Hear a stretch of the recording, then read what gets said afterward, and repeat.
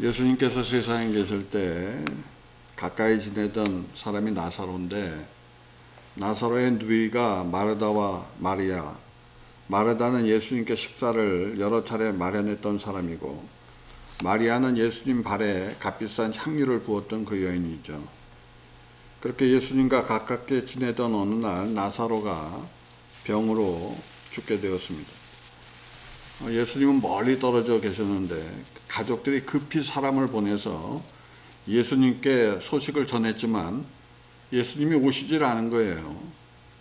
시간이 지난 나사로가 죽었고 모든 장례 절차를 마쳤습니다.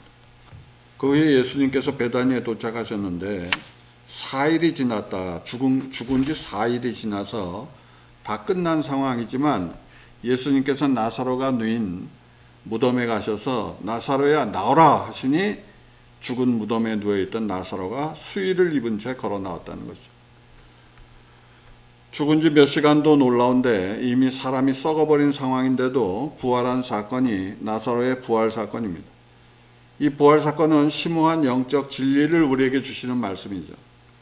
오늘 주시는 말씀을 통해 여러분 마음에 예수님에 대한 믿음이 굳건해지시기를 축원합니다. 나사로 사건이 주는 첫 번째 영적 교훈은 사람의 죽음이 다르다는 것을 알려줘요. 오늘 본문에 보면 이렇게 말씀했죠. 이 병은 죽을 병이 아니라. 근데 나사로가 죽었어요. 그렇다면 예수님 말씀이 틀린 거냐? 안 죽을 병이라고 하셨는데 죽었으니까 틀린 거냐 말이에요. 그게 아니라는 거죠. 예수님께서 말씀하신 죽을 병이 아니다라고 하는 말은 육체의 죽음을 말하지 않기 때문에 그런 것입니다. 예수님이 말씀하신 죽음은 영원한 죽음을 말씀한 거예요. 다시 말해 나사로의 병은 영원한 죽음에 들어갈 병이 아니라는 거예요. 그가 살아서 예수님이 하나님의 아들이심을 믿었기 때문에 죽어도 살 것을 예수님이 알고 계셨다는 거죠. 그리고 지금 이 순간에 나사로는 낙원에 있었단 말이에요. 그래서 예수님께서 나사로는 죽은 사람이 아니라고 말한 거예요. 예수님은 죽은 나사로를 잠들었다고 표현하셨는데 제자들이 그 말씀을 이해하지 못하자 예수님이 나사로가 죽었다고 말했어요. 근데 왜 처음에는 잔다고 하셨습니까? 그것은 나사로가 영원한 죽음 속에 들어간 것이 아니라 하나님 안에서 쉼을 얻고 있기 때문에 그런 거예요. 믿음 안에서 죽는 사람에게 죽음은 끝이 아닌 거예요. 잠든 거예요. 잠을 자는 사람은 다시 깨어나듯이 하나님을 믿는 사람에게 죽음은 멸망당하는 것이 아니라 하나님 안에서 쉬는 시간이라 이 말이에요. 반면에 하나님을 알지 못한 채 죽으면 그것은 단순한 죽음이 아니에요. 그것은 하나님과 영원히 헤어지는 분리되는 두려운 죽음이라 이 말이에요. 그래서 성경은 죽음을 두 가지로 이야기하는 거죠. 어느 집에 두 아이가 있어요. 밤이 되자 두 아이가 각각 자기 방으로 들어가면서 이렇게 말을 해요. 한 아이가 이렇게 말을 해요. 아빠, 엄마, 안녕히 주무세요. 부모는 그 아이가 아침에 다시 일어날 것을 알기 때문에 걱정하지 않죠. 잠은 끝이 아니라 다시 깨어날 시간이기 때문에 그렇죠. 근데 다른 아이는 부모에게 인사도 안 해. 그리고 한밤에 집을 나가버렸어. 가출해버렸어. 그래서 부모가 그 아이가 어디로 갔는지 몰라. 언제 올지도 몰라. 부모의 마음이 얼마나 불편했겠어요. 두 아이가 다 보이지는 않는데 하나는 잠시 쉬는 거고 다른 하나는 관계가 끊어진 거죠. 죽음도 그와 같은 것입니다. 예수님 안에 죽은 사람의 죽음은 잠이라 이 말이에요.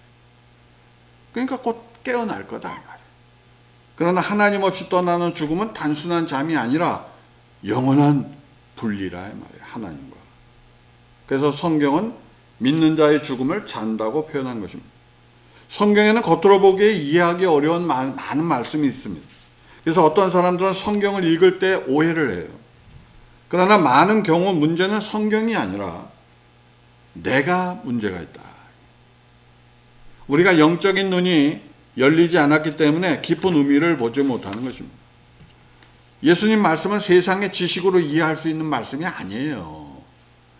뭐 세상 공부 많이 하면 뭐 성경 우습게 여기는데 절대 그렇게 해서 하나님이 깨닫게 해주는 말씀이 아니에요. 겸손한 마음으로, 믿음의 마음으로 읽어야 성경은 내 것이 되는 거죠. 만약 우리의 생각이 가득 차 있다면 성경이 마치 틀린 것처럼 보일 수 있어요. 그러나 그것은 우리의 이해력이 부족한 거죠. 한 어린아이가 과학을 공부하면서 세계적인 과학자에게 질문해요. 그러면서 선생님이 틀렸습니다 라고 말하면 사람이 웃어요. 왜냐하면 어린아이는 자기 수준에 갇혀있기 때문에 그런 것입니다. 마찬가지로 우리가 성경을 온전히 이해하지 못한다고 해서 말씀이 틀린 게 아니에요. 예수님께서 죽을 병이 아니라고 말씀하셨다면 그것은 진리예요. 나사로는 죽음 속에서 편히 쉬고 있었고 예수님 음성을 듣고 다시 일어났어요. 여러분이 나사로라면 지금 편히 하나님 낙원에서 지금 쉬고 있는데 예수님이 나와라 그래서 갑자기 나왔어. 그러면 좋겠어요? 좋을 게 하나 없다고 그 상황에. 그건 우리가 잘 알아야 돼요. 한 가지 분명한 것은 예수님 뜻 속에는 언제나 목적이 선하다. 그러므로 우리는 모든 일을 믿음의 눈으로 보아야 된다는 거예요. 현실을 보면 절망할 때가 있어요. 그러나 믿음의 눈으로 보면 반드시 하나님의 역사가 일어난다 믿는 것입니다. 인생의 마지막에 두려움이 되지 않기를 여러분 기도하셔야 돼요. 예수님 안에 있는 사람에게 죽음은 끝이 아니라 새로운 시작이라. 그것은 영원한 안식으로 들어가는 문이라. 오늘 이 말씀을 듣는 모든 분들이 예수 안에서 참된 평안을 얻게 되시기를 축원합니다. 믿음으로 살아가며 어떤 상황에도 흔들리지 말고 주 안에서 평안을 누리시는 복 있는 분들 다 되시기를 축원합니다. 다음으로 우리가 생각해 볼 영적인 교훈은 사람의 병 가운데는 하나님의 영광을 위한 병도 있다는 사실이에요. 이 세상에서 병은 모든 사람을 괴롭히는 고통이죠. 병은 단지 몸이 아픈 것뿐만 아니라 사람의 삶을 흔들어 놓는 거예요. 병에 걸리면 본인도 힘들고 가족도 또 덩달아 함께 고통을 겪습니다. 그래서 오랫동안 아픈 사람을 돌보는 것은 매우 힘든 일이에요. 얼마나 힘드냐? 김병의 효자가 없다 그랬어요. 그만큼 병은 사람에게 큰 부담이고 고통이라는 뜻입니다. 사람들은 흔히 가난이 고통이라고 생각하죠. 물론 가난도 힘들어요. 그러나 건강하면 가난해도 살 수 있어요. 여러분 저기 홈리스들 보세요. 얼마나 건강한가 그 사람들. 그 추운 데서 자도요. 아침이면 다 깨. 아무 문제 없어 그 사람들 지금.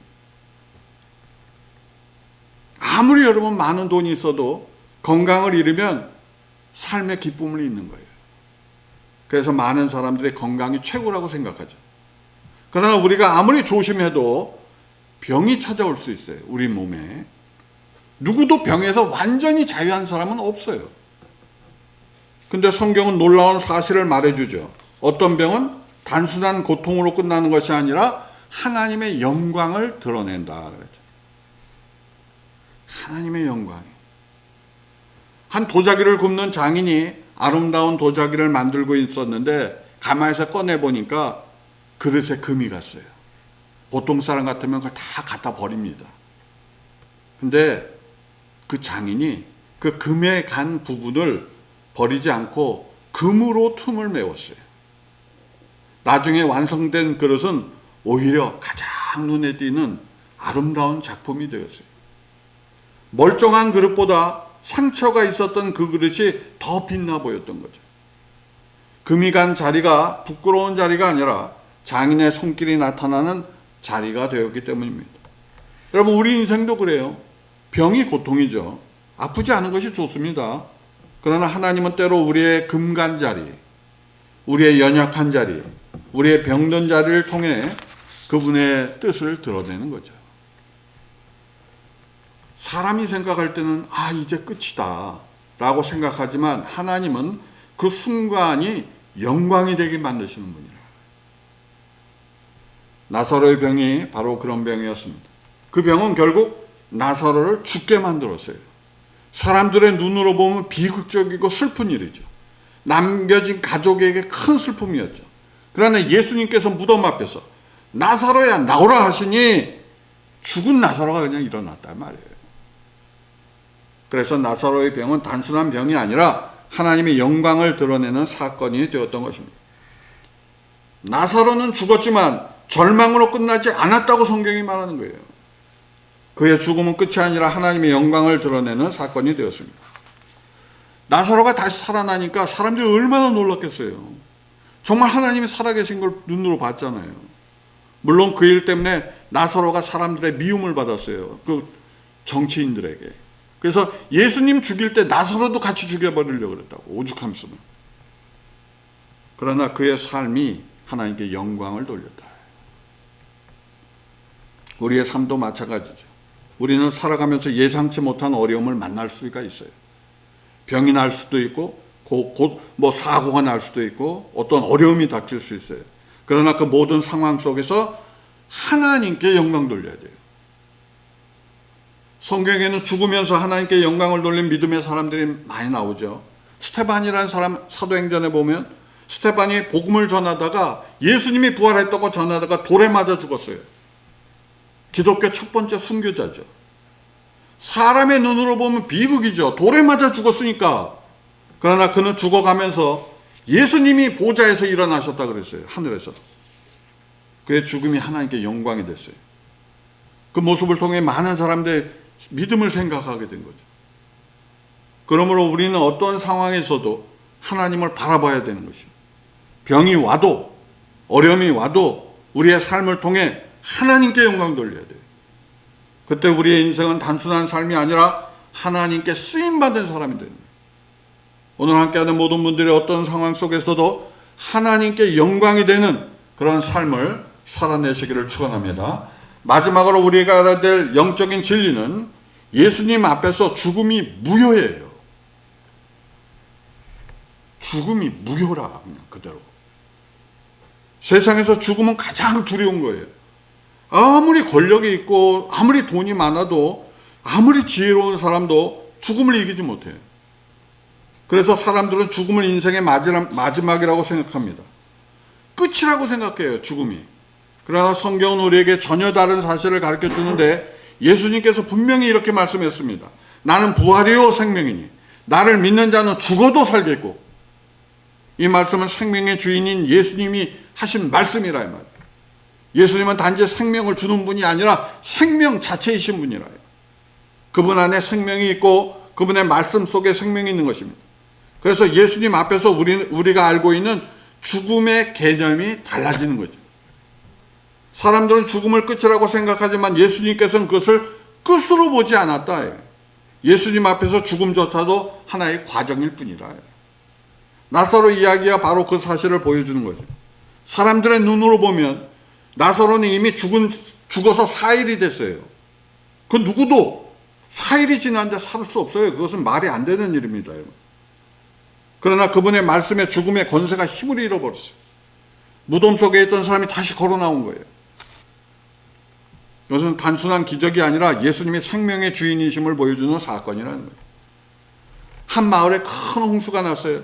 강물이 넘쳐 마을의 입구에 다리가 떠내려가고 사람들이 그 안에 갇혔는데 다 죽게 생겼어요. 아무리 힘센 사람도 아무리 돈이 많은 사람도 그 자리에서는 더 이상 소용이 없었어요. 모든 사람이 발만 동동 구르고 있는데 구조 헬기가 날아왔어요. 사람들은 그것을 보며 살 길이 열렸어요. 왜냐하면 그 마을 안에서 살 길은 없었기 때문에 그런 거예요. 그러나 하늘을 통해 날아온 헬리콥터는 죽을 운명의 사람을 살게 해준 거예요. 우리 인생도 큰 홍수로 쓸려내려가는 작은 섬과 같아요. 인간 스스로 그 다리를 다시는 회복하지 못해요. 그러나 예수님은 죽음을 무효화시켰어요. 나사로야 나오라 하시니 사람이 못 이기는 그 죽음을 이겨버린 거예요. 여러분 죽음을 생각해 보십시오. 사람의 몸은 죽는 순간부터 썩어요. 뇌가 죽습니다. 그대로. 기능을 다 잃어요. 여기 4시간, 여러분 몇 시간만 호흡 못하면 여러분 뇌가 썩어요. 그대로. 그런 상태인데 어떻게 살아납니까? 살아나면 뭐합니까? 식물인간 된 건데.